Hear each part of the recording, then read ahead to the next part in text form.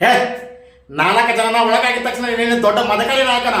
ನಾನು ಮನಸ್ಸು ಮಾಡಿದ್ರೆ ಶಿವಾಜಿನಗರದಿಂದ ಶ್ರೀರಾಮ್ಪುರದಿಂದ 1000 ರೌಡಿಗಳನ್ನ ಸೆಕೆಂಡ್ಗಳೆಲ್ಲ ಅಲ್ಲಿಂದ ನಿಲ್ಲಿಸ್ತೇನೆ.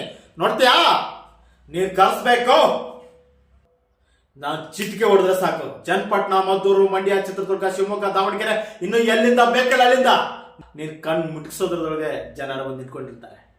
ಇಲ್ಲ, ಯಾವುದು ಬೇಡ, ನೀನು ನಾನು ಫೇಸ್ ಟು ಫೇಸ್ ಹೋರಾಡೋಣ. ನೀ ಡಿಸೈಡ್ ಮಾಡು, ನಾನು ರೆಡಿ. ಕರ್ನಾಟಕದಲ್ಲಿ ಹುಟ್ಟಿರೋ ಒಬ್ಬೊಬ್ಬನ ಹಿಂದೆನೂ ಒಂದೊಂದು ಜಾತಿ ಇದೆ, ಒಬ್ಬೊಬ್ಬನ ಹಿಂದೆನೂ ಒಂದೊಂದು ಗುಂಪಿದೆ.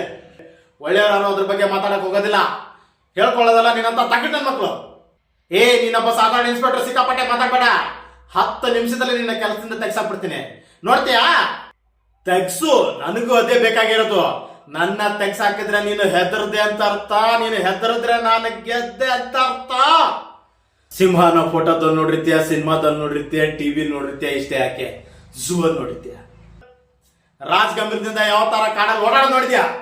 ಒಂಟಿಯಾಗಿ ರೋಸ್ತಿಂದ ಯಾವ ತರ ಬೇಟಾಡ ನೋಡಿದ್ಯಾ? ಪಂಜೆ ಎತ್ತಿ ಬಿಟ್ಟ ಅಂದ್ರೆ 1.5 ಟನ್ ಕಣಲೇ. ನೋಡ್ತೀಯಾ? ನೋಡ್ತೀಯಾ? ನೋಡ್ತೀಯಾ? ದಿನಸಿ ಅಂಗಡಿಲಿ ಎತ್ತಿನ ಗಾಡಿ ಓಡಿಸಿ ಮೂಟೆ ಹೊತ್ತಿರೋ ಕೈಗಳಿಗೂ ಅಷ್ಟು ಸುಲಭವಾಗಿ ಯಾರ ಮುಂದನೂ ಕೈ ಕಟ್ಟೋದಿಲ್ಲ, ಕೈ ಚಾಚೋದಿಲ್ಲ. ಇದುವರೆಗೂ ನೀನು ಬರೀ ಕಾಕಿ ಹಾಕೊಂಡ್ರೆ ನೋಡಿದ್ಯಾ? ಕಾಕಿ ಹಾಕೊಂಡ್ರೆ ಎತ್ತುವಾಗಿ ನೋಡಿಲ್ಲ. ತೊಂದರೆಯಲ್ಲಿ ಇರೋರ್ಗೆ ಆ ದೇವ್ರ ಕೈ ಬಿಡಲ್ಲ, ತೊಂದರೆ ಕೊಡೋರ್ಗೆ ಈ ಕೆಂಪೇಗೌಡ ಕೈ ಬಿಡಲ್ಲ.